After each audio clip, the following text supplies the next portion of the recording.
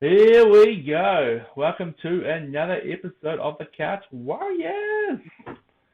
Here we are. We talked here last week, John. I'm Richard the Bandwagon Pedazzoletti. We talked last week. I'm here with John, my co-host.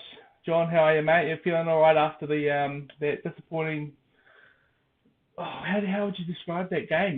Disappointing. There was a real hole in my heart when I was I went to a party on Saturday night. There was a real hole in my heart when I was chatting to people. So, how are you feeling after that game? Yeah, I can imagine how that'd be a bit of a party pooper that loss. But no, it's the right word is disappointing. It took me a couple of days to recover. Put it that way. It's taking me a couple of days to recover. Like I did a video, for example, just doing analysis, just a quick analysis on the game on the night. I didn't actually get to upload it till after midnight because it was that hard to just to contemplate what just happened. It was Yeah, it was a hard game to watch. It was a tough game to watch. We've been saying that on our channels, it was a really tough game to watch for many reasons, and it's not just because it was an underwhelming performance. Because there were some glimpses of where they staged a comeback, but there were many other reasons. But we'll get into that. So, but yeah, like it was a hard one, very hard one, especially with the injuries to Chance and Luke Metcalf. That really put it, just made it worse. You know what I mean? It's a That's little heartbreaking, but again, we'll get back into that. So yeah, but no, other than that, yeah, big like you, hole in the heart, and it's a tough one to talk about, but there's a lot. It's a tough one to talk about, but there are a lot of things to talk about as well. Yeah, plenty to talk about. You did mention the injuries there, so I might just quickly start there. First of all, with Metcalf in particular, like, do you think there was anything more in it as far as the tackle goes? Do you think it was a bit dirty or fair play? To be honest with you, when it actually happened, I didn't think it live. It didn't look that bad. It didn't look bad to me. Even when they showed the replays and they slow it down, etc. It still didn't look that bad to me because I mean, even though he passed the ball and he hit him just after he passed the ball, he was already in the motion of tackling. He had the ball. He was going for him when he had the ball. It wasn't like it didn't look dirty to me. I know that sounds maybe Warriors fans will have a go at me for this, but to be honest with you, it didn't look bad. I just think it was just a case of really bad luck where his foot got planted on the ground, and then the effect of the tackle made it worse. I mean, if his foot didn't get planted in the ground, wouldn't he have hit the injury? Maybe he would have got winded or something like that because it was in the ribs. But maybe he could have got up and still kept on playing. I don't know, but I didn't think it was a dirty tackle. I mean, I know there are some people out there saying it was, but nah. I mean, that's just my opinion. What were your thoughts on that one? Nah, I'm with you, bro. I didn't think there was anything in that. I thought it was just a good hit, and I originally thought he was just a bit winded. Yeah. And then I think it's just bad luck. But I don't think it was late. wasn't high. It was just looked like a pretty good hit from was it who was it? I can't remember. Oh, Is it Willison? no, No, it wasn't Brendan Willison. Oh, Bakura. Pekura, Yeah, yeah. yeah, I was thinking Willison because I was having nightmares about him the other day. He had a great game for the Broncos. Came off the bench and was, but yeah, barnstorming his way up the field throughout the game. So yeah, no, I mean I agree with you, but just really unfortunate. And we'll obviously we haven't nothing's confirmed yet, but there has been some indication that it might be an ACL, and we all know that means he'll be out for the rest of the season, and yeah, with you just got to feel sorry for the guy, with his bad luck. Obviously, broke his leg last year. yeah. He can't catch a break. He's in very best form at the moment, so um, yeah, just a real gut punch on what was also a pretty sort of frustrating game to watch there. So shout out to Lou Metcalf. I'm sure you're listening. Getting early days of your rehab. Obviously the Wars faithful are thinking about you. And then obviously Chance went down just around the halftime mark as well. So Yeah. and he, similar, like we haven't seen the extent of his, but the chatters doesn't seem as serious. But from what Andrew Webster said, it sounded like he definitely he'll be out in 2 weeks' time as well. So there'll be some changing around going there. He's been playing really good. Chance. He probably had one of the, wasn't fantastic on the day, but just a real shame. Who, yeah, I mean, we can sort of We'll talk about it a little bit later, but just quickly, who do you have to go to fullback? You got, like, we saw Rog go there, we saw Tamari Martin go there, obviously Tuapicki's in the mix as well. Have you highlighted someone to fill that spot? Straight to the wedding proposal, mate. Far out. We need a date first before before going to those questions. No, no, nah. I have thought about this, and I thought this would be coming out later on in the show, but anyway, I'll get into it now. No, I think Tuapicki will actually be the next person, at fullback. I think he's looked upon as the next next player off the rank to to do that, but it depends what they want to do in terms of the wingers, because Costi didn't have the best of games, but at the same time, who do you replace him with? There's not we don't have a lot of outside backs at the moment. A lot of them are injured, and unless you put Pompey on the wing and Capewell into centre, you could go down that path and then put Halasima back into the second row to partner up with Laban. Sorry, with Laban. And then bring someone else onto the bench. You could go down that path. Yeah, but I would assume Tuapicki would be the best one to come back on. Yeah, you could also use Tamari Martin as well. He can play fullback, but I think Tuapicki should be the person to come on. Yeah. Yeah, but interesting to see what happens. I mean, I thought Rog didn't look out of place the other day when he was thrown back there in amongst all the chaos. And yeah, I mean, I talked about Tamari Martin recently. I thought his utility was probably best shown off in this game. The fact that I think he came on at hooker when Wade was injured. Wade went off with the WHIA, and then he obviously went back to fullback, and then when Luke Metcalf went out, he went into the halves and nearly had a really beautiful try assist. If Costi was just maybe a metre or two ahead of where he was. If it was where he probably should have been. So plenty of selection headaches for Andrew Webster and the Warriors staff as they go forward. Well, I mean, can I just quickly get on? I mean, I'm glad this time Webster got it right, because in the previous game he put Tamari Martin at centre at wing. When he came on, and that was just like, why would you put him there? Why would you put him there? You might as well put Chance into centre, because he's played there before, and then put Tamari Martin at fullback. For me, that was I mean, I know this is a different game, but that was an odd thing to do, like player swap thing to do, on the game. I know it came because of injuries and stuff, but I thought it was, bizarre. But so I'm glad this time he realised, okay, this is the best thing to do. I mean, because it was Chance that was injured, yes, I know, but I'm glad that, that Tamari Martin had, stayed at fullback instead of Rog going there and stuff. I know Rog did have some turns there as well, so yeah, I'm glad he learned from that as well. Yeah. It's insane to think. I think it was before the Sharks game, and I think the Warriors had a press release saying, this is the first time that we've had no injured players, and it's been about 2 years since it happened, and they've really shot themselves in the foot since then, because we've lost Barnett, we've lost Watini-Zelezniak, and then now it looks like Metcalf probably out for the season. Chance is out for a couple of weeks, so let's see how they can sort of bounce back. Much needed buy coming up, but before we sort of go further forward, I suppose we should probably dive into some of the Broncos game and what went wrong for the Warriors. A lot of talk about their discipline. I saw that in your little post you had you were almost singing Adam G's praises and blaming it on the Warriors. All discipline, John. I know. Yeah. I was not singing his praises. I was not singing his praises. I was not singing his praises. I said that the Warriors, yes, ill discipline, and I did say that Adam G. I agree. There's a lot of noise going around about his officiating on the night, and I thought he didn't do well at all. I thought he was bad. I thought he was a bit of a chump, to be honest, Adam G. But I'm saying that we were ill disciplined as well. That's what I'm trying to say. There were some. I'll give you one example. There were Jackson Ford did it a couple of times, I think, where he just obstructed the ball runner. So no, it's not the ball runner. The one the player that was running through. He was just standing there and he blatantly just knocked him with his shoulder.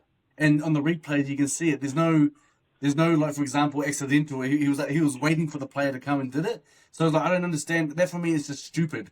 Why would you do that? Because you're going to get called out every time, especially with the bunker having the eagle eye on everything. So that's the kind of thing I'm talking about. But Adam G, in terms of Adam G, I was not singing his praises. I was not singing his praises at all. Totally off. I just saying that. I just think that the Warriors shot themselves in the foot with their discipline, but at the same time, they weren't getting a lot of calls go their way as well. There were some stupid calls from AMG. Especially the one with Kerrigan, went to get the ball. Remember, they went forward behind him, and he went to dive on it. So the Warriors went on it, and just because he technically didn't touch the ball, so it was a penalty again. That's what I mean. This is stupid. So this is what I meant by frustrating for many reasons. Of the game was so frustrating because yes, we were frustrating because we were doing some silly things. We were making a lot of errors, handling errors, and all that sort of stuff. The Niokore era right at the start, on the first set, that sort of set the tone for everything. You know what I mean? And as soon as he did that, you're like, oh no, like oh no, and then not just the errors, but then the six agains, and then like the little blatant little ill-disciplined things that we were doing, like I just mentioned of Jackson Ford. But then you had those bits where Kerrigan did that, and then Reece Walsh offside. Nothing was going our way, and then it just that's what I meant by it was a frustrating watch because on all different counts. Yes, I'm not saying that we lost because of the officiating. The officiating was pretty bad, but we didn't do ourselves any favors with our handling errors and also ill-discipline. That's what I'm trying to say, if that makes sense. Yeah, okay, I'll give you that. We didn't have such, particularly in the first half. I think, you think about that first half, it could have been, 30-0 pretty easily, I think, and we were, and the Broncos scored the first 10 of the game and the last play of the game as well. So, and there was some really brilliant sort of goal line defence in between all that. I thought the fact that the sort of calls weren't going our way, we did pretty well to stay in the game. And if it was 12-0 at half time, I would have been over the moon. Yeah. But that 18-0 just made it a little bit harder. We obviously came out fighting in the second half, scored a beautiful try through Rog out on the spreading the ball out to the wing. Just beautiful ball through the hands through CHT and Pompey there. Yeah. And then Lika Halasima comes on and has one of his moments of brilliance from the Harris Savita kick. I don't know if you saw the Storm Sharks game yesterday, John. Did you watch that game by any chance? I watched a bit of it. I watched it when it was like the scores were quite tight, and then something came up and I had to go deal with it. When they came back, it changed. Everything changed. It was a Jerome Hughes and Eli Katoa. They had two, maybe even three balls where Katoa, this high balls that Katoa ran onto and picked up, and it was a mirror image of what Halasima had done the night before. So there were still positives to come from the game. The fact that we were able to sort of fight back, but for me, I haven't been that frustrated by officiating in a while, and I think I just started the game feeling really nervous because we've been playing well, but I'm like, it's the Broncos, a team that I really, really dislike. And then just, a few of those calls, you talk about that Kerrigan one, what do you do in that situation, It was sort of like what are you supposed to do, right? Sort of like the week before where, Jackson Ford tackled, someone knocked the ball on and then the whistle hadn't gone, so Jackson Ford just absolutely smoked the guy and then got called out for it, and you're like, well, you played the whistle hadn't blown yet. Yeah. So just giving injuries to that, giving penalties for that sort of stuff, frustrating. The Reece Walsh, probably got obstructed, but he was about a metre and a half offside. Quite clearly, the ref was just there, the touch judge on either side of him, and how they didn't see it. And it was rare to see Andrew Webster. I don't know if you saw him in the press conference, but he had a goal as well. And you don't see that. You see it from other coaches a bit. Your likes of Ricky Stewart and your Wayne Bennett and your Bellamy's and all that. But to see it from Webster sort of is interesting, and it'll be interesting to see whether anything comes from it. Whether they'll get an apology for a couple of the calls. But I mean, at the end of the day, they just weren't quite good enough. They did well to sort of battle through the injuries but just a frustrating one in the end.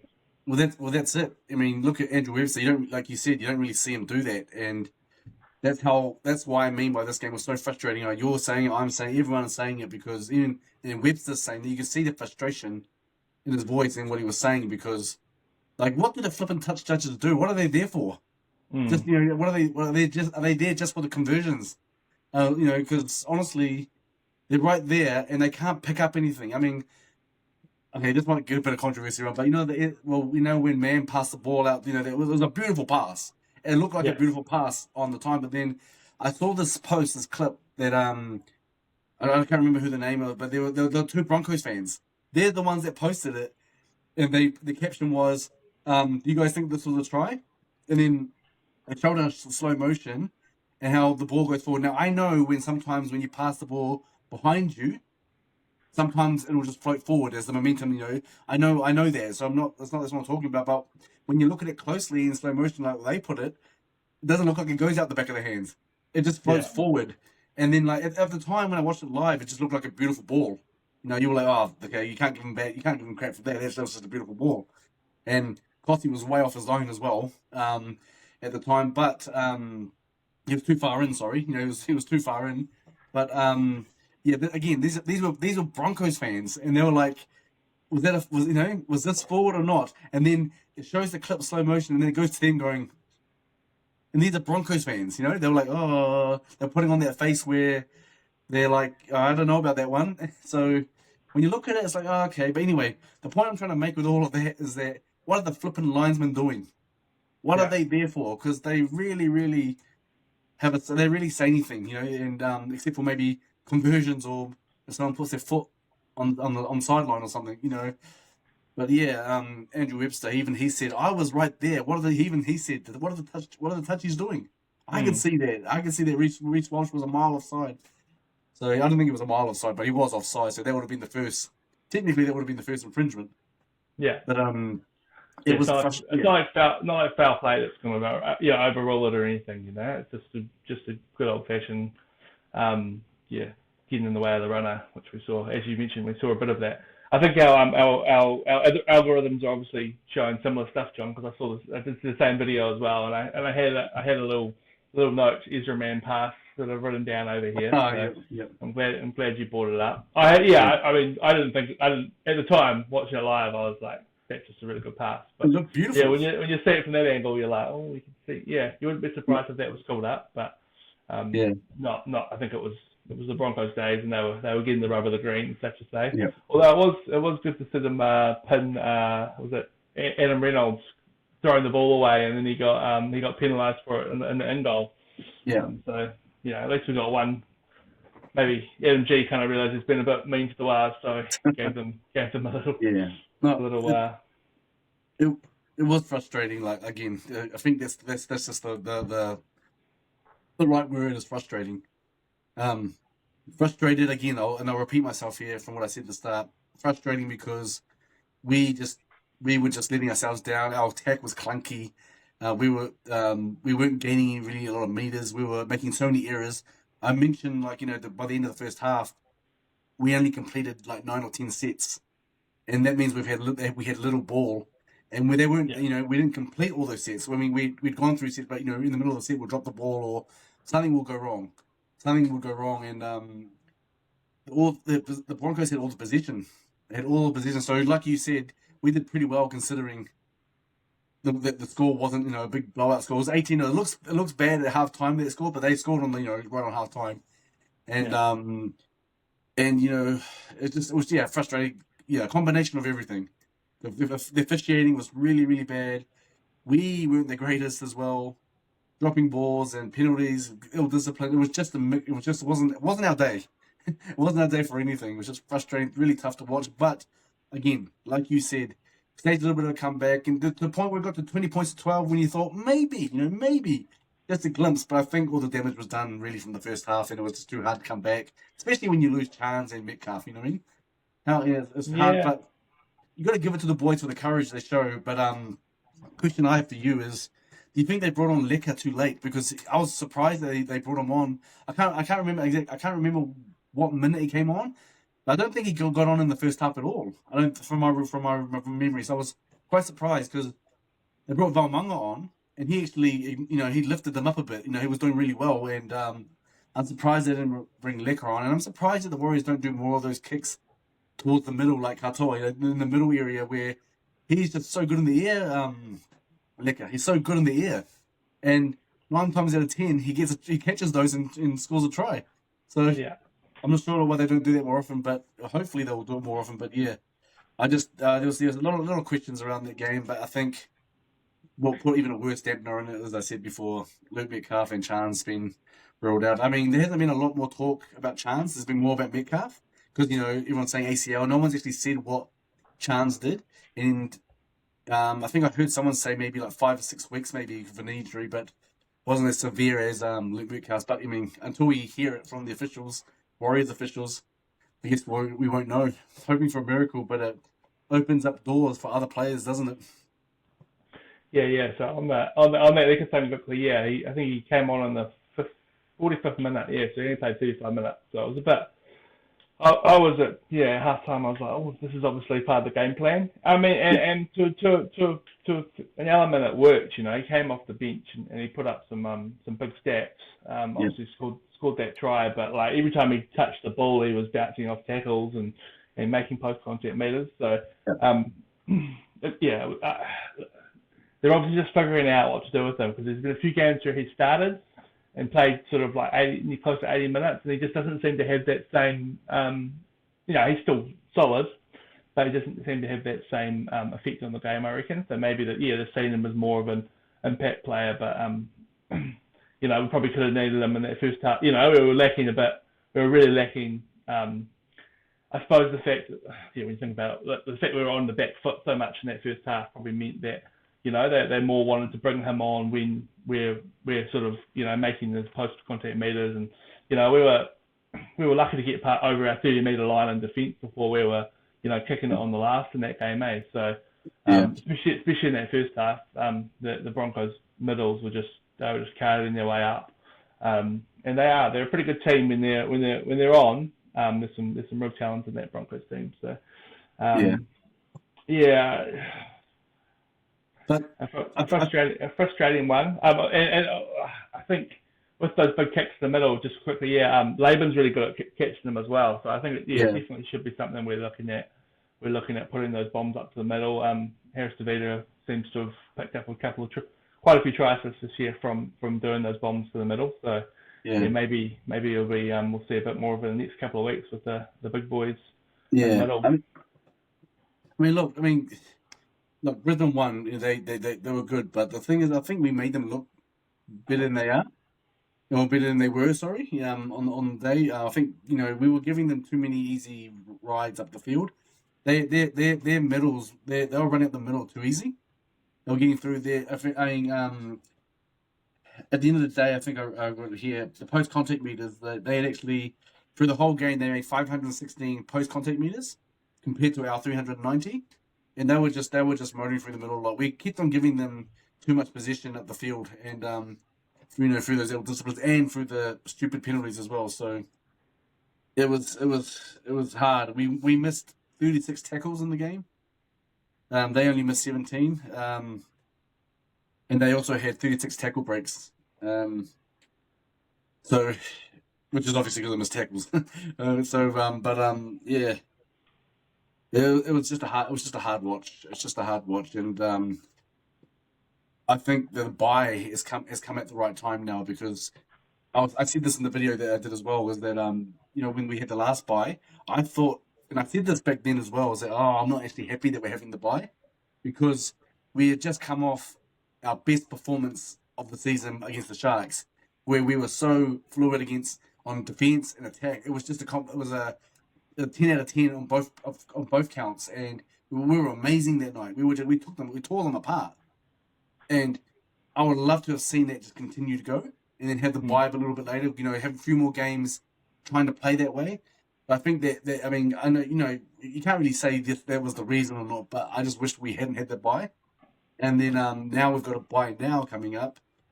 It's probably the right time to have the bye because I think the team just needs to sit down and reset. They have to think things over again now because the most likely thing that's going to happen is Metcalf is going to be out. I'm really hoping and praying that that's not the case, but it's very likely that he won't be there for the rest of the season. So who do you bring in as the number 7? Because it's not just someone that you bring in just temporarily. It's someone that has to nail down that spot immediately, that number 7 spot, and then you have to reshuffle other areas as well, just to because when you bring in different combinations work with different people. So you have to regroup and rethink about how you're going to go about the rest of the season. So I think the bye has come at the right time in regards to where the Warriors are at right now, because they've got to figure out who they're going to bring on, because a lot of people calling Kossi's head, Axton and stuff, but who are you going to replace him with? Who are you going to replace him with? So, yeah. Yeah, for sure. Yeah, I mean, we sort of talked a bit on the sort of abuse some of these players get these days. What were your thoughts on some of the words going towards Kossi this week? Obviously, I will say he didn't have his greatest game, but he's been really good when he's had a chance this season. I think there's always a risk with Kossi that he's got one of these games in him, and unfortunately this was one of them. But there was some pretty nasty sort of words going around social media about that. How did that make you feel? Oh, look, this is another thing I brought up in that video. I was quite surprised by the level of abuse that he was getting on social media. Look, and as we've always said, when it comes to our opinions and things like that, I think there's nothing wrong with sharing your opinion, especially if it's with a criticism, as long as it's a fair and healthy criticism. Like I said in the video, for example, that he didn't have a good game. He didn't, and we know it. All the fans know it, and he'll know it. I said this in the video, and so look. I mean, imagine how he feels right now. But then I just hope he hasn't turned on social media. I hope he's been wise about it and just hasn't gone there, because the level of abuse is just terrible, mate. It's just there's no words. It's just terrible.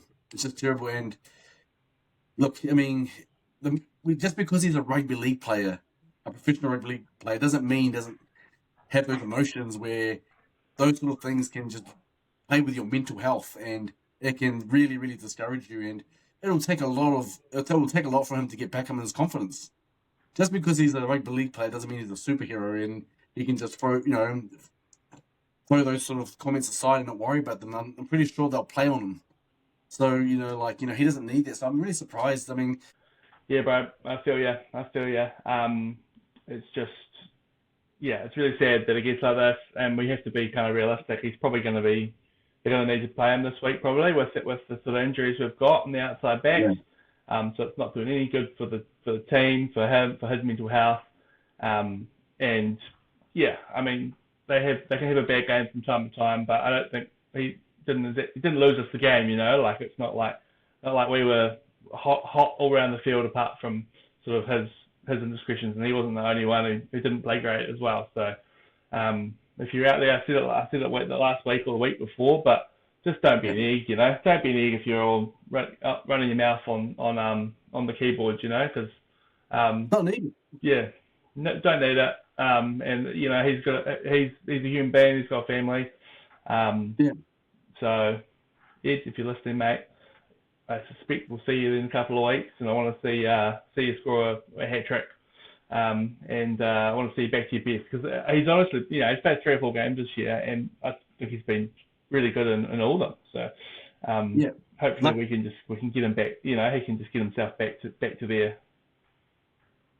Yeah, I mean, like we get it, right? We get it. We understand why people the fans are frustrated at him, because he didn't have a great game.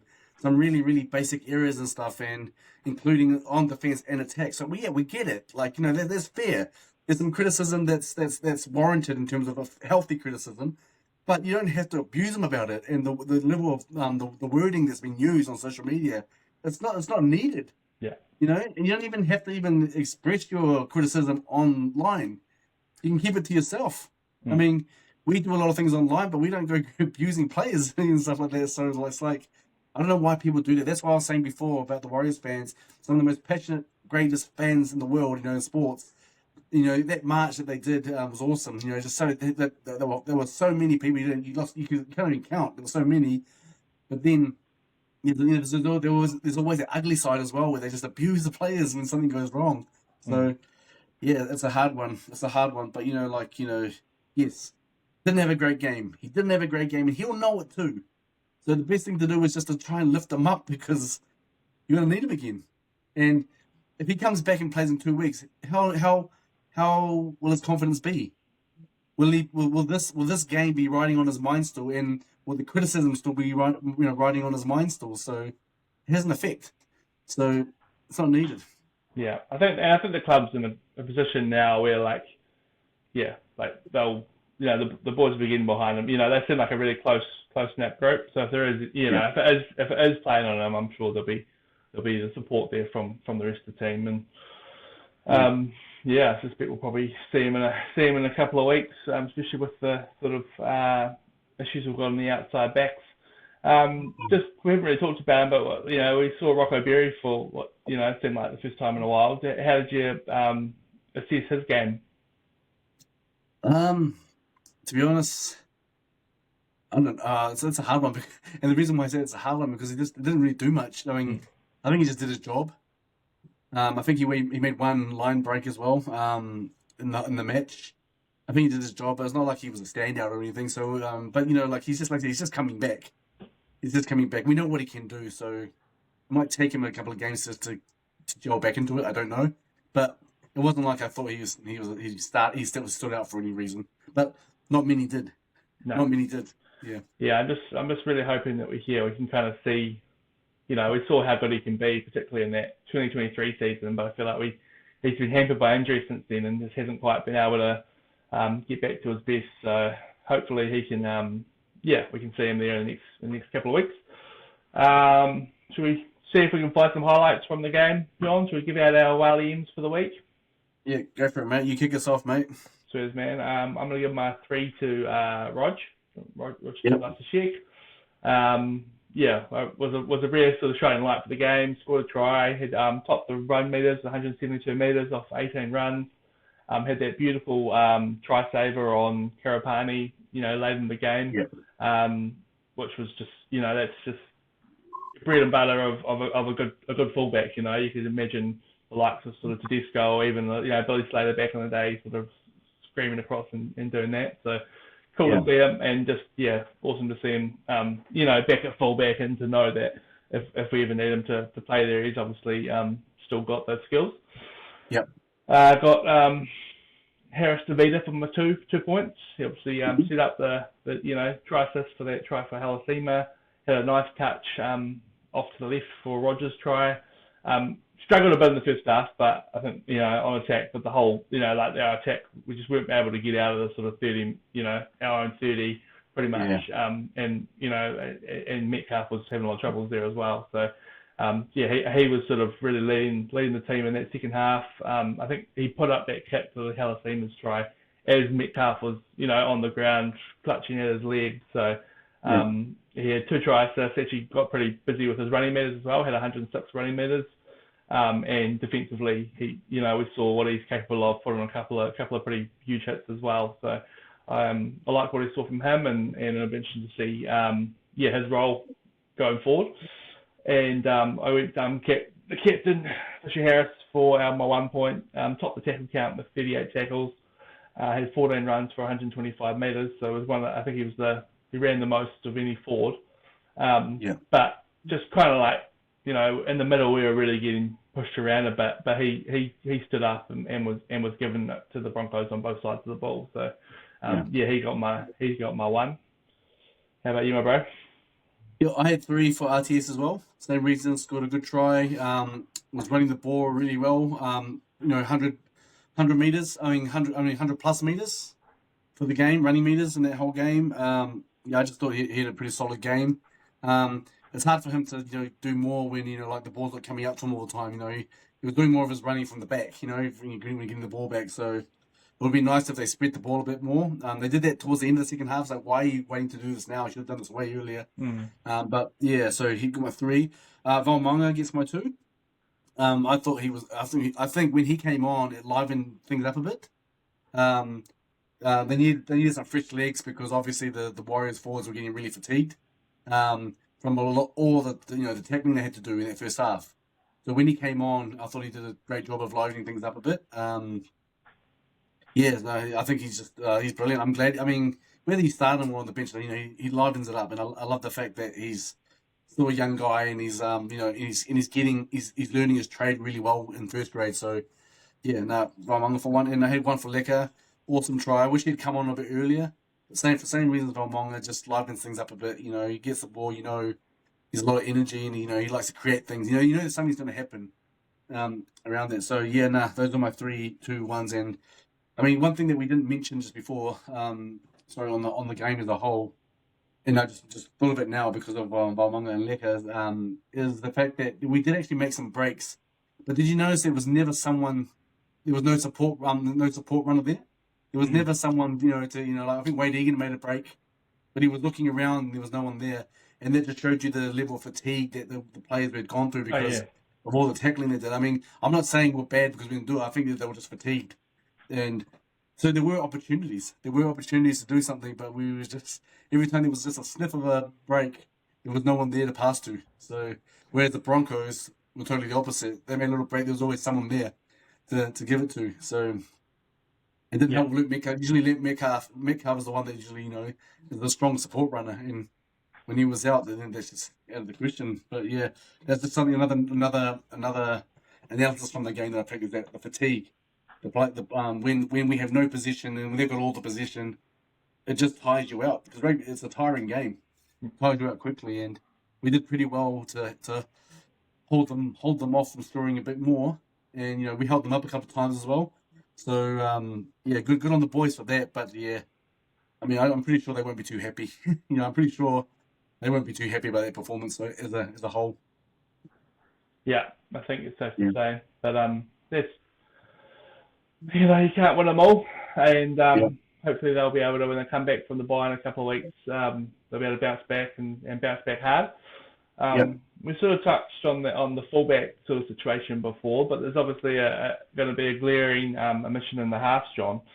I know we've talked a bit in the last few weeks about who's next off the ranks. Obviously, Tamara Martin's been coming off the bench and playing their utility role, and he seems to have sort of made that 14 jersey his own.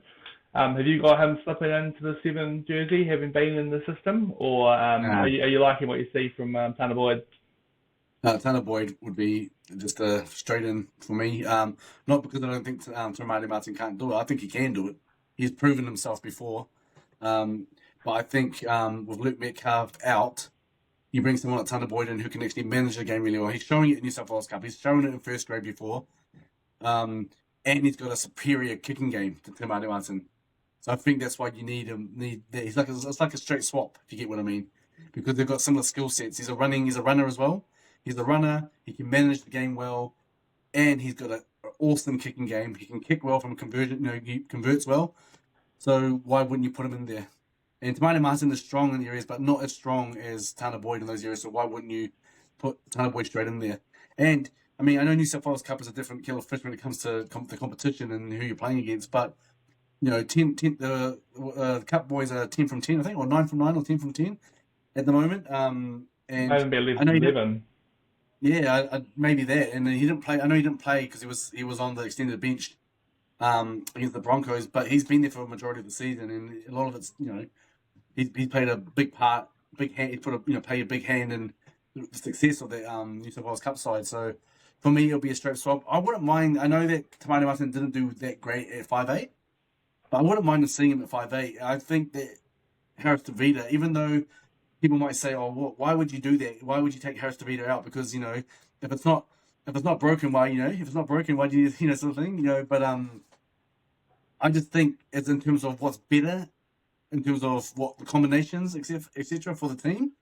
I think he might be better as a utility because he can cover hooker, he can cover the halves, and if need be, he could probably play as a forward because we know what he can do in defence. He's hit some big guys before, and he's knocked them back. So I actually think he'll be better used as a utility. That's just my opinion, but I know that Tamani Martin hasn't always been the greatest at 5'8". But if you look at the season so far, Harris Tavita, he hasn't really been the game manager. It's always been Luke Metcalf doing it all.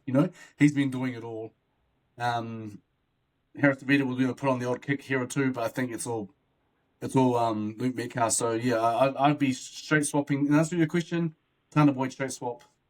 And maybe, I mean, I would like to see Tomato Martin have a go, but I don't think that'll happen, but that's just my opinion. What about yourself? Yeah, well, I mean, you say Harris DeVito hasn't done much this year. He's got 13 try assists though, 5 tries for himself. He's Yep.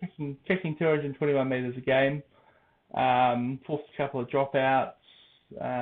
Obviously, pretty good defensively. So, no, I mean, I'd definitely be keeping him at 6. Yeah, we saw last year what happened when Tamari Martin was given the 6 jersey, and a lot of that was probably because Sean Johnson was the dominant half, and you know, like when Tamari Martin had a shot at 7, he was the best, basically looked like the best halfback in the comp. Nah, I mean, yes. I mean, looking at Tanner Boyd's sets for in New South Wales Cup, obviously, but yeah, 13 games. He's goal kicking at 80%, which is good. It's better than I think Metcalf's been doing. 16 try assists, 10 line break assists, and yeah, doesn't mind running about 70 meters a game. So he does have a bit of that running in him as well. So I would like what I've seen from Tamari Martin is playing as the utility, and he does offer a lot there as well. So yeah, I think Tanner Boyd into 7 seems like, and he's been playing every week as well. Like he's actually been getting regular 80-minute games. Tamari Martin's been playing a lot. Sort of training a lot, obviously, and change. And I think Andrew Ribs did say that the way that Tamari Martin's been used is they have been using them, in the halves, at fullback, and in hooker and in various positions. So, yeah. I'd like to see Healy get another go. I love Sam Healy. I think he's awesome, and I know that he's not going to take Wade Egan's spot. I know that we all know that, but I love to see like a spot made from on the bench. I don't know how you do that with the utility and a hooker and just 2 forwards, but I would love to see that. And the only way I can see that happening is if Catewell goes into centre. Catewell goes into centre and opening the door for Lecker to go back into starting, in the second row, and then his bench spot goes to Healy or someone else. But I'd rather start Jackson Ford, to be honest, than Nukure. I think Nukure would probably be off the bench. I don't know why, but I just think that. Not because of what he did in the game in the first set. Nothing to do with that. He's had a pretty good season, but yeah, it's interesting. There's depth and there's a lot of options, But it comes down to what players fit best, what works best for the team. And I just think Sam Healy could probably play in lock as well if Aaron Clark came off, because he did come off in this game. Aaron Clark, he did come off briefly. So yeah, no, well, it's going to be interesting. The next teamless Tuesday, which is obviously not tomorrow. It's Monday night here. It's not tomorrow. It's the next Tuesday. It'll be interesting to see what happens there. Yes, it will. And I just was thinking about it before. When we play, I think Tigers who we're playing next weekend. And when it comes to that game, I think it's on the Saturday. It would have been 5 weeks since the Warriors last had a win. So, we'll definitely, hopefully we'll be due. We'll be back at home and playing against a Tigers team who they're having a bit of a hard. Oh yeah, of course. You're going to that game, aren't you? Another game, yeah. I'm in Wellington, by the way. We don't live in Auckland. Just for all the listeners out there who are watching, we're not Aucklanders. So I'll be going to that game. But yeah, it'll be interesting to see the selection. Yeah, but the good thing is about the Warriors, this season is that the squad is, is quite beefed up in depth, in New South Wales Cup, doing really well. It just gives you some options to use, but not everyone is experienced yet, to play first grade yet. But yeah, it'll be interesting. It will be interesting, but I can't see Tanner Boyd missing out. I think he'll be there. Yeah. We'll be watching with keen eyes. Come next Tuesday. Do we run through a quick round of tips and fill it in for the day? Yeah, definitely. Cool, bro. So obviously no Warriors game this weekend, but there's five NRL games on to sink your teeth into. Starting off with the Bulldogs and the Broncos on Thursday night. No Origin players, obviously, but Bulldogs will be wanting to gain some revenge on the Broncos after they took them to town and at Suncorp about 2 months ago. who are you sort of eyeing up here? Obviously, no teams yet, but no Origin Yeah. players. So they're both missing about three players, I think, at least. Yeah, I'd say the Bulldogs. I mean, I know they're missing players, and the way they played that game against Penrith was that was an intense game, and yeah, if they play like that every week, they'll be hard to beat. So even with some missing players there, I think across the board they've got some stars, they've got some really quality players. So 'cause I don't like to say that because I don't like the Bulldogs or the Broncos, but yeah, I'll give it to the Bulldogs. I'll go the Broncos just to be different. Okay. Raiders and Dragons up next. Raiders obviously missing Hudson Young, and the Dragons missing Phil Holmes. Well, Papa Lee as well because he got named to the Maroon squad. Did Came he? out of retirement. He's come out of representative retirement, and he's playing for the Maroons. Yeah. I looked at that team. I mustn't have thought about it. Yeah. That's wild. That's Catwell's wild. there too, just by the way. But anyway, yep. The Maroons need all they can get. But yeah, Well, you can't really say that after you just lost to them, mate. Come on. they wanted to make it a series. It's good for the NRL, good for the finances, having the game 3 at home. So. Oh, okay. Here we go. All right. No, but I'll go Raiders. I'll go Raiders. Yeah, same. Cannot back the Dragons at the moment. Cowboys Storm. Cowboys got a win, a much needed win against the Titans, and Storm ran away with it against the Sharks. Obviously, Storm will be missing a few Origin players, as will the Cowboys. Yeah. So I mean, I'm gonna go for Storm. Yeah. Need a Storm here. Roosters Tigers up next. Roosters been looking pretty good. Tigers been looking pretty bad. Roosters once again a few players out, but Tigers will be missing Luai. And you sort of saw on Friday night that they're a shell of the team that they could be without Luai. So I'm gonna go the Roosters. Yeah, same Roosters. And Seagulls Rabbitohs to finish it off. Rabbitohs have got the line for them for the season. They've had 50 points scored against them. So they can't win the grand final apparently. and the Seagulls sort of looks pretty good on Friday night, but it was against struggling Tigers team. So I'm gonna go the Rabbitohs to pull off the win away from home there. Oh, I'll go Manly because I'm 50-50 on it, so I'll go Manly. Easy. Cool. Well, that's the round of tips, and that is another week of the Couch Warriors. Thank you all for listening. Obviously, if you don't already, give us a like or subscribe. We're pushing towards 100 YouTube followers at the moment. So if you do end up being our 100th YouTube follower, we might be able to find some sweet merch for you or something. We'll see what we can do. But yeah, go find us on YouTube. Give us a like. Leave us a comment. We love hearing your thoughts. We want to hear what you want to know. Got any questions, any burning questions, flick them through. We're obviously on Spotify, iTunes, all that sort of stuff. John, anything you want to say before we call it in for the week? No, just echoing what you just said. Thanks to everyone for listening. We've been doing this for like 2 seasons now when we started, and as we mentioned before, we started just getting a groove on, and now this season we decided to take it a bit more seriously, and start to put our stuff out there, and we're slowly starting to get followers, which is really awesome. Got many on Facebook, many on. We just started TikTok about a month ago, and that's starting to build up now as really well. It's starting to coming out. So thanks to everyone who's supporting us, and just share the love. We love doing this, so share the love, and we'll keep going. So yeah, thanks everyone, and up the wires, and no abuse to the players. Abuse to the players. Yeah. Be nice, baby. Be nice. Yeah. Righto. See you later. Have a good one. Up the wires. Up the wires.